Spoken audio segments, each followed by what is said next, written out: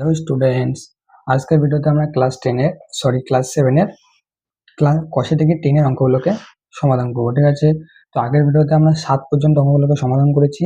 এই ভিডিওতে আমরা 7-এর পরের অঙ্কগুলো অর্থাৎ 8-এর অঙ্কগুলোকে সমাধান করবো। ঠিক আছে, তো চলো শুরু করি।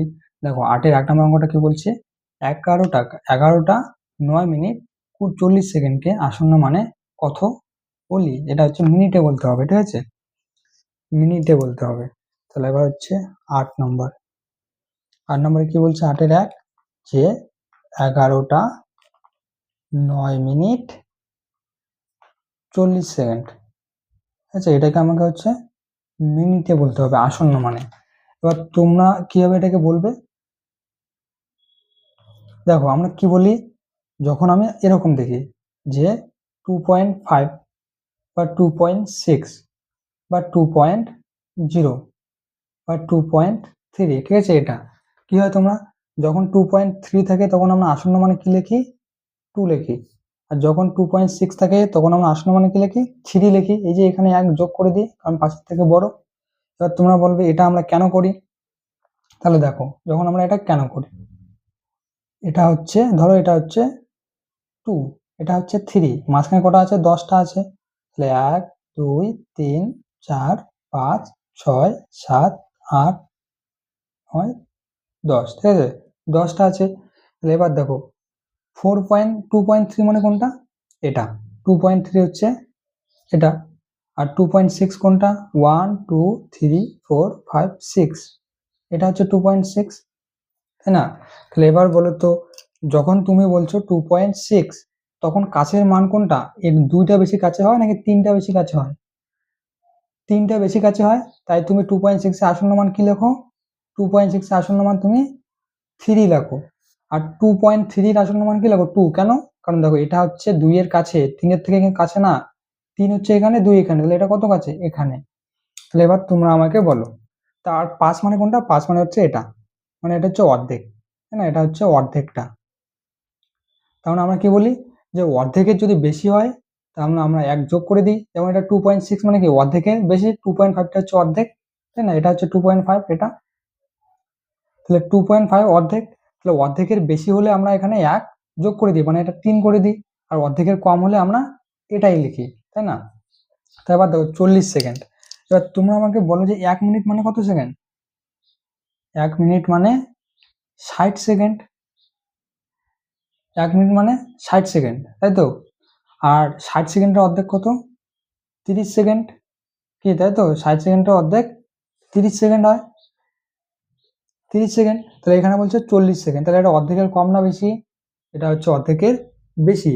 তাহলে এটাকে যেহেতু অর্ধেকের বেশি, তাহলে এই 40 সেকেন্ডটাকে আমরা বলবো 1 মিনিট। তাহলে এটাকে 1 মিনিট বলবো, তাহলে এখানে যদি আমরা 1 যোগ করে দিই তাহলে কত হবে, 9টা 10 হয়ে যাবে। তাহলে আমরা এটাকে বলবো যে 11টা 10 মিনিট, ঠিক আছে, 11টা 10 মিনিট, মানে 11টা 9 মিনিট 40 সেকেন্ডকে আমরা বলবো 11টা 10 মিনিট। কারণ 40 সেকেন্ড হচ্ছে অর্ধেকের বেশি, মানে 30 সেকেন্ডের বেশি, কারণ 60 সেকেন্ডে 1 মিনিট হয়। আর 60 সেকেন্ডের অর্ধেক কত, 30 সেকেন্ড, মানে যে 30 সেকেন্ডের বেশি হলে আমরা ওখানে 1 যোগ করে দেবো, মানে 1 বেশি বলবো ওখানে। আর যদি 30 সেকেন্ডের কম হয় তাহলে আমরা এটাই বলবো। মানে যদি এরকম থাকতো যে 11টা 9 মিনিট 10 সেকেন্ড যদি থাকতো, তাহলে আমরা কি বলতাম, তাহলে আমরা আসন্ন মানে বলতাম 11টা 9 মিনিট, ঠিক আছে। কেন, কারণ হচ্ছে 10 সেকেন্ডটা 30 সেকেন্ডের কম, মানে হচ্ছে অর্ধেকের কম, মানে অর্ধেকের কম হলে আমরা এটাই বলবো। আর অর্ধেকের বেশি হলে আমরা এখানে 1 যোগ করে দেবো, ঠিক আছে। এইগুলো তোমাকে লিখতে হবে না, তুমি শুধু এটাই লিখবে যে 11টা 10 মিনিট, যে 11টা 9 মিনিট 40 সেকেন্ডের আসন্ন মান 11টা 10 মিনিট, এটা লিখবে। এরপর কি রয়েছে, এরপর হচ্ছে জুতোর দাম 99.99 টাকা হলে থাকলে আসন্ন মানে জুতোর দাম কত ধরে। জুতোর দাম কত বলছে 2 নম্বরে, জুতোর দাম বলছে 99.99 টাকা, এটা বলছে জুতোর দাম। বা যদি তুমি আসন্ন মানে বলো তাহলে দেখো এখানে কি আছে, 9 আছে। আর 9টা কি পাশের থেকে বেশি না কম, পাশের থেকে বেশি, পাশের থেকে বেশি। তাহলে আমরা এটাকে কি করবো, এখানে 1 যোগ করে দেবো, 1 যোগ করে দেবো। তাহলে এই 99 সঙ্গে যদি 1 যোগ করে দাও তাহলে কত হবে, 100 টাকা, 100 টাকা। তারপরে লিখবি যে জুতোর দাম আসন্ন মানে 100 টাকা। ঠিক আছে, এরপরে কি আছে? এরপরে আছে একটি রেখাংশের দৈর্ঘ্য 1.59 সেমি হলে আসন্ন মানে রেখাংশটির দৈর্ঘ্য কত লিখি। তো দেখো 3 নম্বরটা বলছে রেখাংশের দৈর্ঘ্য কত? রেখাংশের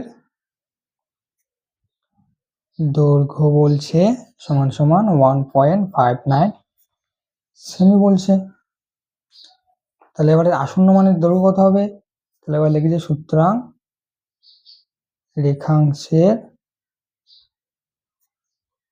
দৈর্ঘ্য আসন্ন মানে সমান সমান কি হবে? 1 পয়েন্ট, দেখো 9 আসে, আর 9টা কত 5-এর থেকে বেশি, তাহলে এখানে আমরা 1 যোগ করে দেবো। তাহলে আমি কি বলবো? 1.6 সেমি। ব্যাস হয়ে গেল। এবার কি বলছে 4 নম্বরে? 4 নম্বরে বলছে মুদির দোকানে পোস্ত কিনতে গিয়ে ওজন মাপার মেশিনে দেখলাম 102 গ্রাম। দোকানদার আসন্ন মানে কত গ্রাম জিনিসের দাম নেয় তা দেখি। এবার দেখো তুমি একটা দোকানে চিনি কিনতে গেছো, চিনি তুমি বললে 100 গ্রাম দিতে। এবার যখন 100 গ্রাম ওখানে যখন তুমি মেশিনে এখানে 100 গ্রাম দেখো, এখানে যখন তোমাকে 100 গ্রাম দেখায়, কি থাকে 102-3 গ্রাম দেখায়। তাহলে এবার যখন তোমার দোকানদার তোমার কাছে টাকার দাম নেয়, তখন সে কত টাকার দাম নেয়? 100 গ্রামের দাম নেয় না? সে কি 102 গ্রামের দাম নেয়? নেয় না, 100 গ্রামের দাম নেয়। তাহলে হচ্ছে 102 গ্রামের আসন্ন মান